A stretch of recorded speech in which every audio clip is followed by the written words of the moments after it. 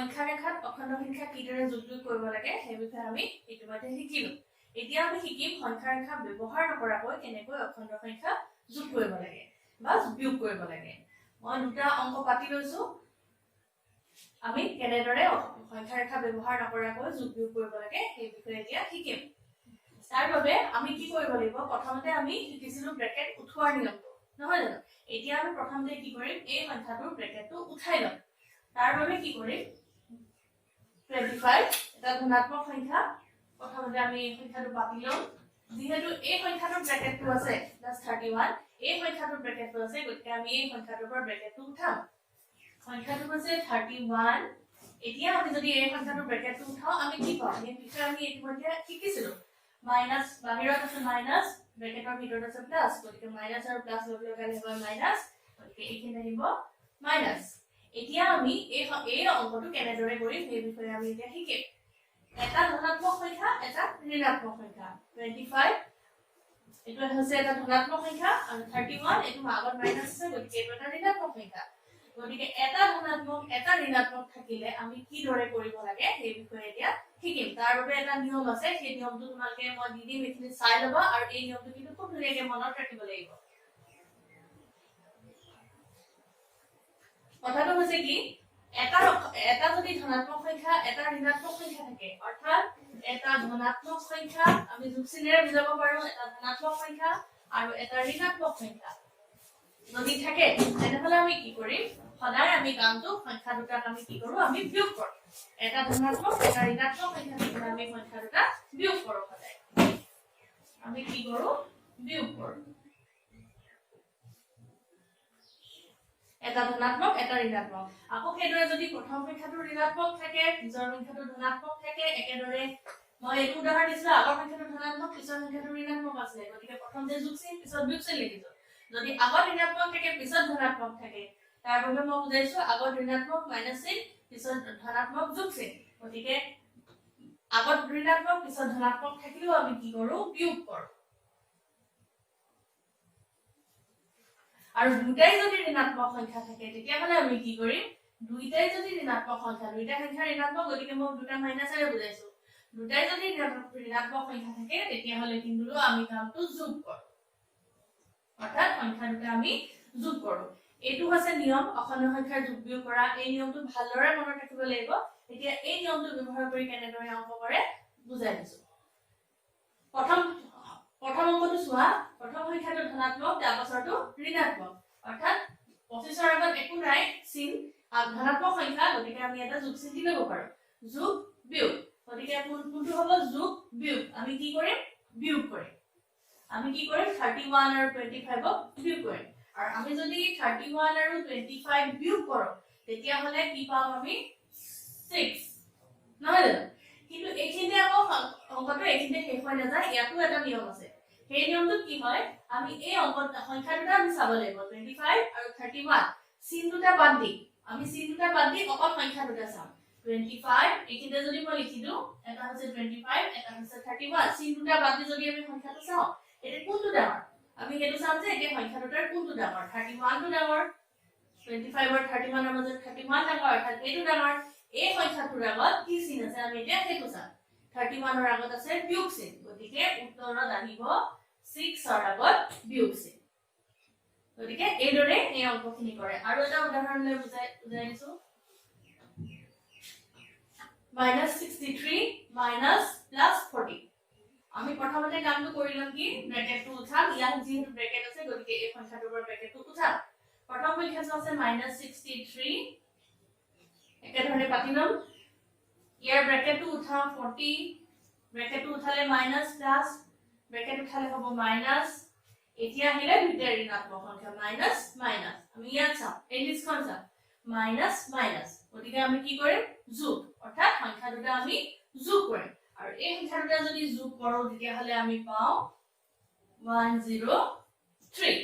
এই সংখ্যা দুটা যদি যোগ কৰো 63 + 40 যদি আমি যোগ কৰো তেতিয়া হলে পাম আমি 103 এতিয়া আমি চাব লাগিব 103 আগত কি চিন হ'ব প্লাস হ'ব নে মাইনাস হ'ব আৰু হেতু আমি কেনেকৈ নিৰ্ণয় কৰিম আমি আকৌ এই সংখ্যা দুটা চাম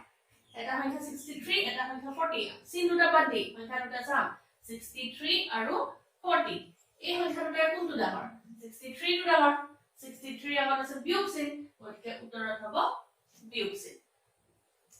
আন এটা উদাহৰণ লৈ চাওঁ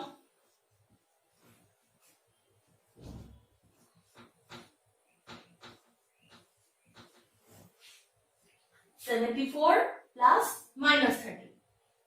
এটা প্ৰথম নামটো হ'ব ব্ৰেকেট থোৱাৰ প্ৰথম সংখ্যাটো আছে 74 যেহেতু ব্ৰেকেট নাই গতিকে আমি ডাইৰেক্ট 74 পাতিব পাৰো তাৰপিছত 30 30 পাতিলো ব্ৰেকেট উঠালে কি চিন হ'ব প্লাস মাইনাস ব্ৰেকেট যদি উঠাও আমাৰ হ'ব মাইনাস 74 minus 30 অৰ্থাৎ এটা ধনাত্মক সংখ্যা এটা ঋণাত্মক সংখ্যা ধনাত্মক সংখ্যা গতিকে আমি আগতে এটা যোগ চিন পাতিব পাৰো গতিকে এতিয়া এটো কেনেকৈ কৰিম এটা ধনাত্মক এটা ঋণাত্মক এটা প্লাস এটা মাইনাস লিষ্টখন চাম প্লাস মাইনাস কি কৰিব লাগিব বিয়োগ গতিকে আমি এই সংখ্যা দুটা বিয়োগ কৰিম 74 minus 30 যদি 74 minus 30 কৰো আমাৰ হাতত থাকিব 44 আমাৰ হাতত থাকিব 44 এতিয়া আমি এটো সিদ্ধান্ত ল'ব লাগে যে 44 ৰ আগত কি চিন হ'ব তাৰ কাৰণে আমি আকৌ এই সংখ্যা দুটা চাম চিন দুটা বাদ দি সংখ্যা দুটা চাম অৰ্থাৎ চিন দুটা বাদ দি যদি আমি সংখ্যা দুটা চাও তেতিয়াহলে হয় সংখ্যা দুটা আমি পাও 74 আৰু 30 এতিয়া আমি চাম কোনটো ডাঙৰ 74 ডাঙৰ নে 30 ডাঙৰ 74 ডাঙৰ 74 ৰ আগত কি চিন আছে প্লাস চিন গতিকে উত্তৰত হ'ব প্লাস চিন অৰ্থাৎ উত্তৰ হ'ব +44 এতিয়া আন এটা উদাহৰণ -94 plus -94 plus ব্ৰেকেটৰ ভিতৰত -55 প্ৰথম নামটো হ'ব আমাৰ ব্ৰেকেট উঠোৱা ইয়াত ব্ৰেকেট নাই গতিকে ডাইৰেক্ট আমি এই সংখ্যাটো পাতিব পাৰো সংখ্যাটো হৈছে -94 ইয়াত ব্ৰেকেট আছে গতিকে ব্ৰেকেটটো উঠাব লাগে সংখ্যাটো হৈছে 55 আৰু এতিয়া ইয়াৰ চিনটো কি হ'ব প্লাস মাইনাস ব্ৰেকেট উঠালে হ'ব মাইনাস এতিয়া যদি আমি কৰো দুটাই ঋণাত্মক সংখ্যা গতিকে আমি ইয়াত চাব লাগিব যোগ কৰিম নে বিয়োগ কৰিম এই সংখ্যা দুটা যোগ কৰিম নে বিয়োগ কৰিম চাবৰ বাবে আমি এই লিষ্টখন চাম দুটাই ঋণাত্মক সংখ্যা মাইনাস মাইনাস মাইনাস মাইনাস গতিকে আমি কি কৰিম যোগ কৰিম অৰ্থাৎ এই সংখ্যা দুটা আমি যোগ কৰিব লাগিব যদি 94 আৰু 55 যোগ কৰো তেতিয়াহলে আমি পাম 149 এতিয়া আমি চাব লাগিব এই উত্তৰৰ আগত মানে 149 ৰ আগত যোগ চিন হ'ব নে বিয়োগ চিন হ'ব আৰু হেতু আমি কেনেকৈ চাম এই সংখ্যা দুটা চাম চিন দুটা বাতি সংখ্যা দুটা চাম অৰ্থাৎ সংখ্যা দুটা আছে 94 আৰু 55 এটা 94 ডাঙৰ নে 55 ডাঙৰ 94 ডাঙৰ 94 ৰ আগত কি চিন আছে বিয়োগ চিন আছে গতিকে ইয়াত আহিব বিয়োগ চিন উত্তৰ হ'ব -149 আন এটা উদাহৰণ লওঁ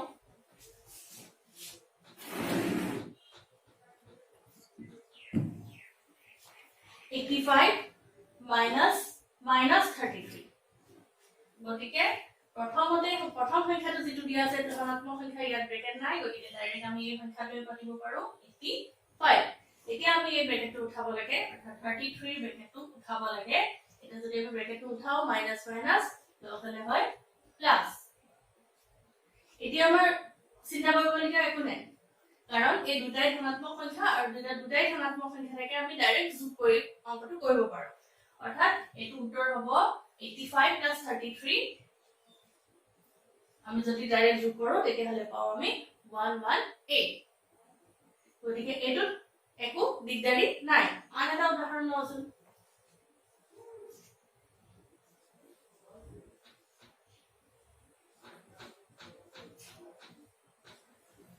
-36 minus -90 এতিয়া আমি কি কৰিম -36 যেহেতু ব্ৰেকেট নাই গতিকে আমি ডাইৰেক্ট পাতিব পাৰিম -36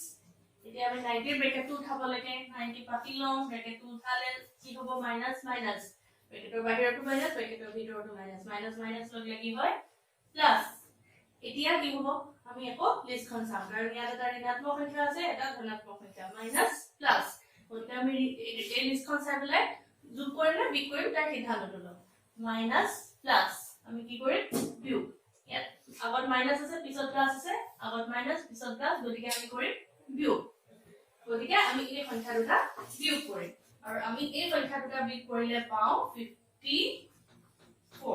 90 মাইনাস যদি 36 কৰো তেতিয়া আমি পাও 54 90 পৰা যদি আমি 36 36 বিয়োগ কৰো তেতিয়া আমি পাও 54 এতিয়া আমি এই সিদ্ধান্তটো ল'ব লাগে যে 54 ৰ আগত যোগ চিন হ'ব নে বিয়োগ চিন হ'ব তাৰ কাৰণে আকৌ আমি এই সংখ্যা দুটা চাম চিন দুটা বাদ দি সংখ্যা দুটা চাম অৰ্থাৎ সংখ্যা দুটা আছে এটা 36 এটা 90 কোনটো ডাঙৰ 90 ডাঙৰ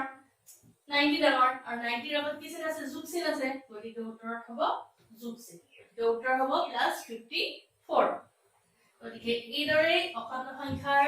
যোগ বিয়োগ কৰিব পাৰি সংখ্যা ৰেখা ব্যৱহাৰ নকৰাকৈ মাত্ৰ আমি মনত ৰাখিব লাগিব এই নিয়মটো হৈছে যদি আগত ধনাত্মক সংখ্যা পিছত ঋণাত্মক সংখ্যা থাকে তেতিয়াহ'লে আমি বিয়োগ কৰো অৰ্থাৎ যদি সংখ্যা দুটা এটা ধনাত্মক এটা ঋণাত্মক থাকে আমি বিয়োগ কৰো আৰু যদি দুটাই ঋণাত্মক থাকে তেতিয়া আমি যোগ কৰো কিন্তু এই নিয়মটো কৰিলে নহব আমি আকৌ এই উত্তৰত কি চিন হ'ব তাৰো সিদ্ধান্তটো ল'ব লাগিব কেনেকে আমি এই সংখ্যা দুটা চাব লাগিব চিন দুটা বাদ দি সংখ্যা দুটা চাব লাগিব আৰু যিটো সংখ্যা ডাঙৰ সেই সংখ্যাটোৰ আগৰ চিনটোৱে উত্তৰত আহিব গতিকে এইদৰে অখণ্ড সংখ্যাৰ যোগ বিয়োগ কৰিব লাগিব আশা কৰোঁ তোমালোকে আয়ত্ত কৰিব পাৰিছা ভালদৰে ভিডিঅটো চাবা বাৰে বাৰে প্লে কৰি চাবা আৰু তোমালোকৰ অনুশীলনীত থকা প্ৰশ্নখিনি কৰি উলিয়াবা